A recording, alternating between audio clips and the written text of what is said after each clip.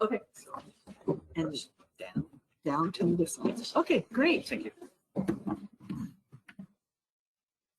Thanks, everybody. I'm just going to get myself a little situated here, and I'm ready to go. So, thank you. I'm glad to be here today representing the Fox River Study Group. The Fox River Study Group is celebrating its 20th anniversary this year. See how my fingers are doing on this down button? Try again.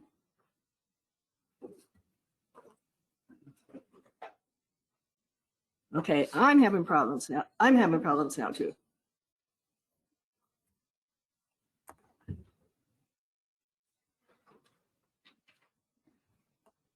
Down, you said, Ben, right? Down. Yeah. Maybe do that. And there you go. Okay, right. so just clicker. I don't know. Does down work now? All right, down works now. Okay. So does up. Down and perfect. up. Down and up. Okay, perfect. So, our group is celebrating its 20th anniversary this year, and we've actually been sampling an 80-mile stretch of the river every month for almost 22 years. Among the many partner groups working in our part of the watershed, we consider our focus the most sciencey. We're working for a cleaner, safer, and more beautiful Fox River. See how that, oh good, we're working now. And so the map on the left shows our study area, which is basically the lower half of the Fox watershed from the Stratton Dam in the city of McHenry to the river's mouth at the Illinois River in Ottawa. And we've been focusing mainly on the nutrient-related impairments of the Fox River, which are reaches with low oxygen and high amounts of algae. And you can see those labeled on the map on the right, the different reaches and the impairments that the IEPA has identified for our part of the river. The upper half of our study area is mostly urbanized, and 50% of the river is impounded in this region to the many dams on the river that Jenny talked about. Those are the yellow dots on the map on the right. The lower part of our watershed is mainly in agricultural production, as you've already heard. And today I'm going to talk about our major accomplishments of 2022. They are the restart of an Army Corps study looking at the benefits of removing dams on our stretch of a river, and an update we've completed to our Fox River implementation plan, and we call that the FRIP for short. Outreach to Senator Durbin, the Corps, and other members of Congress from our group and many other river stakeholders led to the restart of the course study that had languished since 2015, a year when Illinois failed to pass a state budget. Senator Durbin helped secure the additional funding the Corps needed, and the study has been restarted. So great news. I'm not going to say much, as you'll hear from Corps staffer Ryan Johnson this afternoon, more about the study. The study is led by the Corps, and the Illinois DNR remains their local cost share partner, but the Fox River Study Group is providing the roughly $200,000 in local cost share funding needed to complete the study. And we're very excited to get to the implementation phase of this work, actually taking out our dams, which again, the Corps will lead with a substantial federal funding share. Whoops, back a little. So we submitted our 2022 update of our FRIP to Illinois at the end of last year. And links to the plan and executive summary are shown here on this slide. I also have a sheet at our table over there in that corner if you want to take a photo, if you really want to dig into the details. I want to extend many thanks to Geosyntex staff who worked with us since the 2015 FRIP to improve the computer models we use to evaluate management scenarios, and then they also helped us put together this updated plan. So now I'm going to go over, just walk you through the FRIP's major findings, and then I have some graphics that show the background for these conclusions. So first, one of the main findings is that major wastewater treatment plants should achieve a 0.5 milligram per liter annual geometric mean total phosphorus limit by 2030. This is actually a requirement that Illinois EPA has already established for all Illinois wastewater treatment plants that treat 1 million gallons per day or more. Second, the study group should support removal of dams along the mainstem of the river and monitor the resulting water quality impacts after the Corps completes their study and we get to actually removing those dams. And we've already started this monitoring effort as we collaborated with Illinois agencies and funded pre-removal studies at the Carpenter's Dam, which is slated to come out this year. Fox River Study Group should encourage state-of-the-art watershed management practices that can mitigate the impact of projected population growth in our area. We are definitely seeing a comeback of development, and while runoff is not a major source of phosphorus to the Fox River mainstem, we want to also maintain the integrity of Fox River tributaries. We're also looking to leverage the statewide work on the evaluation of stream bank erosion and quantify its impacts on phosphorus loads in our watershed. This is a new Illinois effort of interest in our watershed.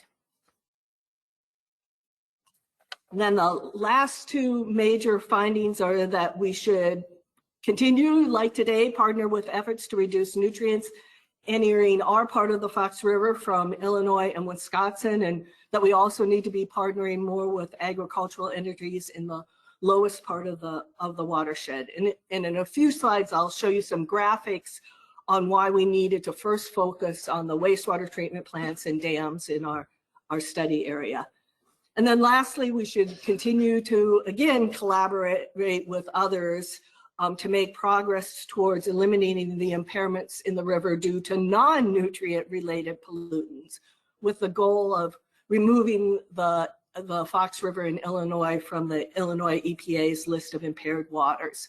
So examples of this are the bi-state work that's going on looking at chloride levels. That's a type of collaboration we're envisioning.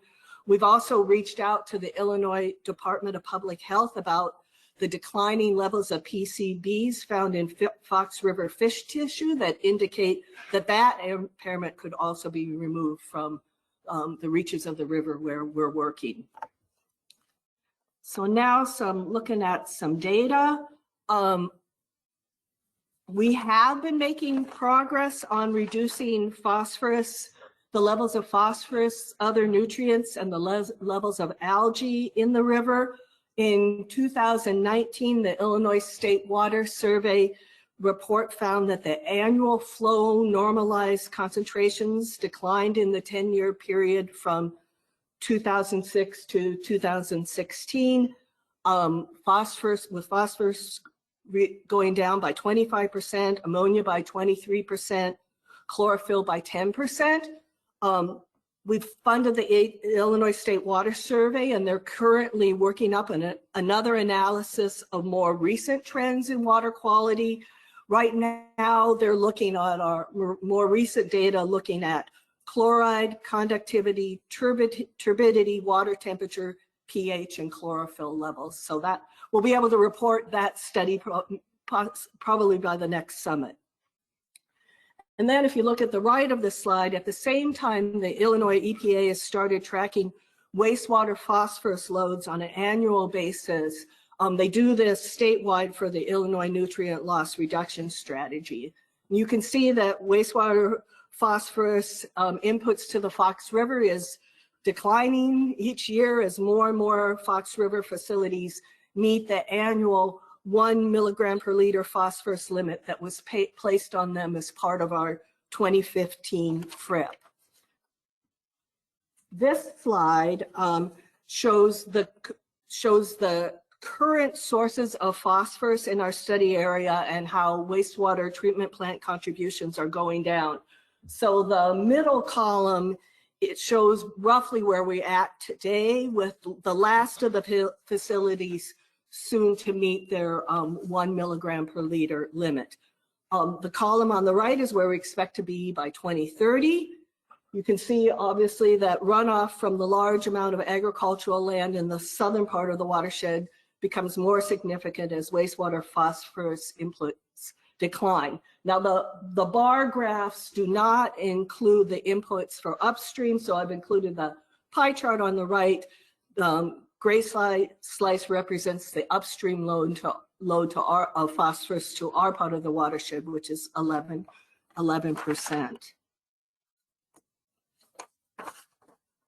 Okay.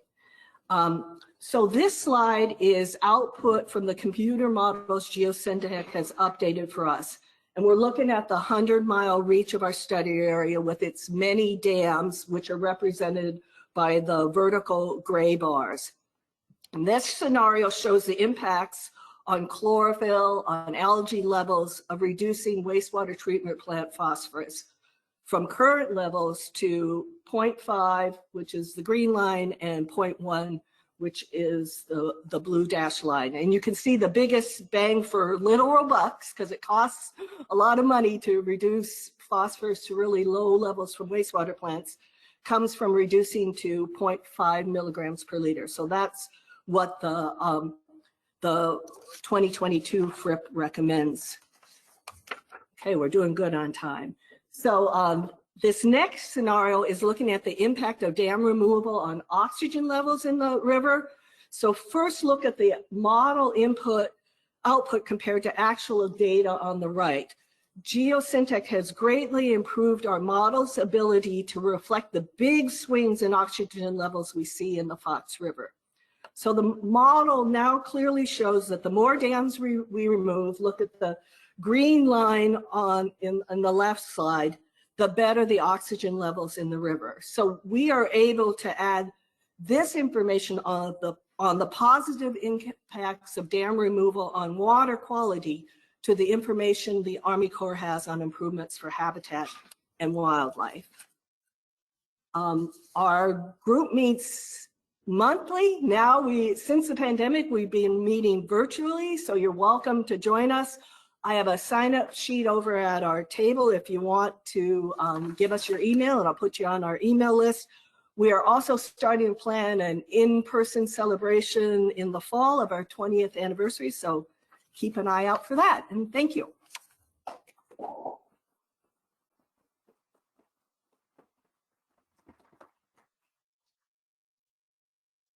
Do I have time for any questions? Or? Yep, I'm interested, and I am actually have the honor of introducing the rest. You're in charge. I'm in charge. You're the summit. On the phosphorus reductions we saw from sewage treatment plants, was that because they weren't treating it, or they've been adding technologies to remove more phosphorus? There's a big decline at the point of sewage treatment plants. What accounts for that? Yeah, good question. Yes, so I would say prior to 2015, we had some wastewater facilities in our reach of the Fox that had started removing phosphorus because they made some treatment plant changes when they were upgrading their facility. But after 2015, all the plants, major plants, received a requirement to reduce their loads to an annual average of 1 milligram per liter. So that graph is reflecting improvements that they've made at their facilities. That's a great sign that technology works. But the non-point ag runoff is the biggie for phosphorus.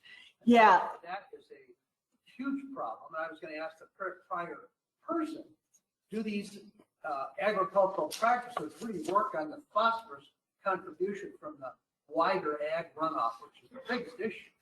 That, yes, I think they definitely cover crops, and we could talk more about, others can also talk about cover crops, edge of field practices that all help with that.